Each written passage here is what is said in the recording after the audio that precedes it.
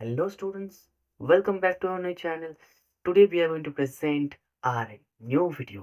তো আজকে আমরা এই ভিডিওটা বানাচ্ছি কিসের জন্য না only for মাধ্যমিক স্টুডেন্টদের জন্য এবং আমাদের ভিডিও টপিক হলো ইংলিশ রাইটিং সাজেশন এবং ইংলিশ রাইটিং সাজেশন তোমাদের জন্য কিন্তু ভেরি ইম্পর্টেন্ট। সো প্লিজ ভিডিওটা লাস্ট পর্যন্ত দেখো এবং দেখার পর যদি তোমাদের মনে হয় ভিডিওটা ভালো লেগেছে so please like that and please share to your friends.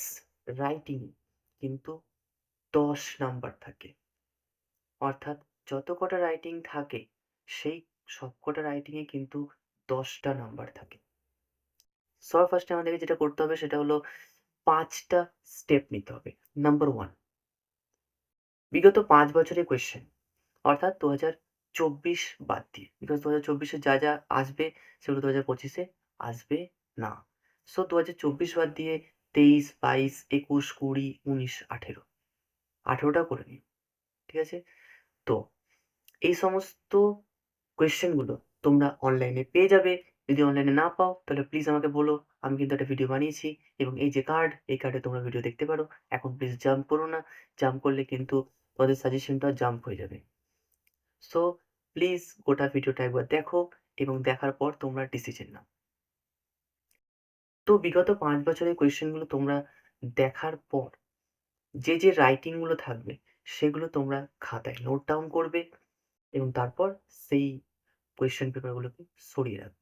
Number 2, হচ্ছে এবিটিএ। এবিটিএ থেকে তোমরা প্রত্যেকটা কোয়েশ্চেন পেপার প্লিজ একবার দেখো। এটা কিন্তু তোমাদের ভাইটাল কাজ। কারণ এবিটিএটা খুব ইম্পর্টেন্ট একটা বই বা কোয়েশ্চেন বাঞ্চ। সো এটা কিন্তু ডাইরেক্ট গভর্নমেন্ট এক্সামিনেশন। ঠিক আছে? So be sincere. তো সবার ফার্স্টে এবিটিএতে তোমাদের যত ইংলিশ কোয়েশ্চেন দিয়েছে 25 না 26টা ইংলিশ কোয়েশ্চেন থাকে। সবকটা সাবজেক্টেরই 25 না 26টা থাকে। তো তোমরা ওই 25-26টা কোয়েশ্চেন দেখো এবং তাতে যত কটা রাইটিং আছে সেগুলোকে নোট ডাউন করো। ঠিক আছে? এবার নোট ডাউন করার পর তাদের মধ্যে নোট ডাউন নাও করতে পারো।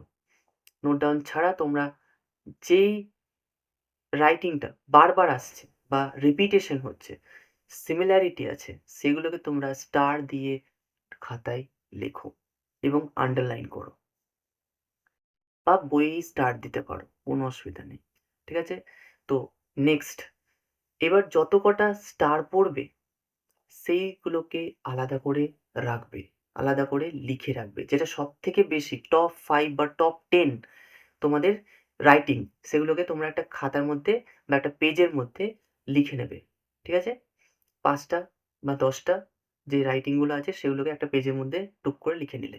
ঠিক আছে? এবার এইগুলোকে একটা আলাদা জায়গায় রাখলে। ঠিক আছে? Next number 3। নাম্বার 3 কি?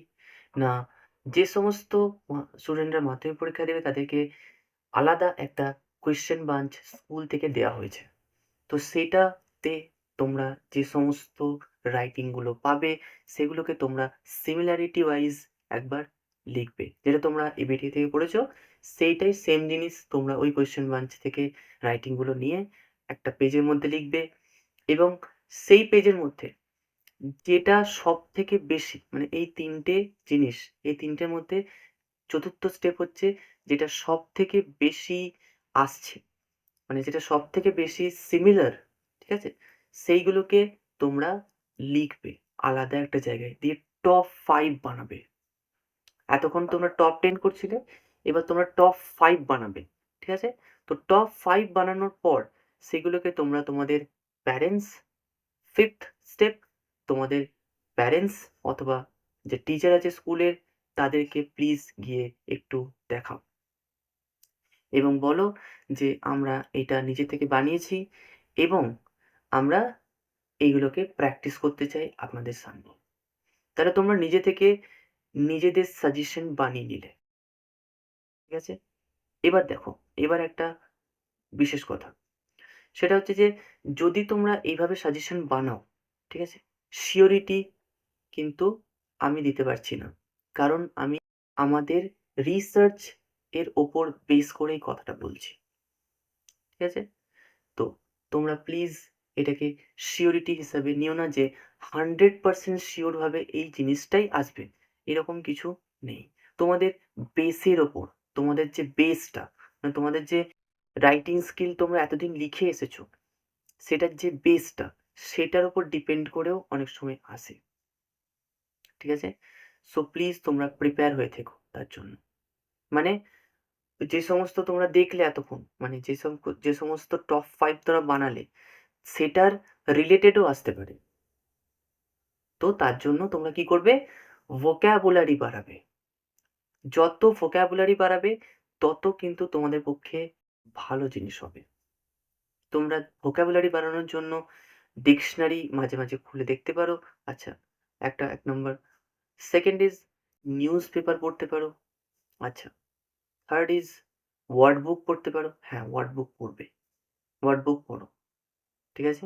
Word book for advance students. ঠিক আছে? এরকম অনেক বই আছে যেগুলো তোমরা পড়তে পারো। অনলাইন থেকেও পড়া যায়। ঠিক আছে? তো এই সমস্ত স্টেপগুলো তোমরা নিতে পারো। ঠিক আছে? কিন্তু তোমাদের প্যারেন্টস এবং টিচার্সদেরকে জিজ্ঞেস করে। তার আগে কিন্তু নেবে না, please. So, we are ending this video. Thank you very much for watching. See you later on the next video.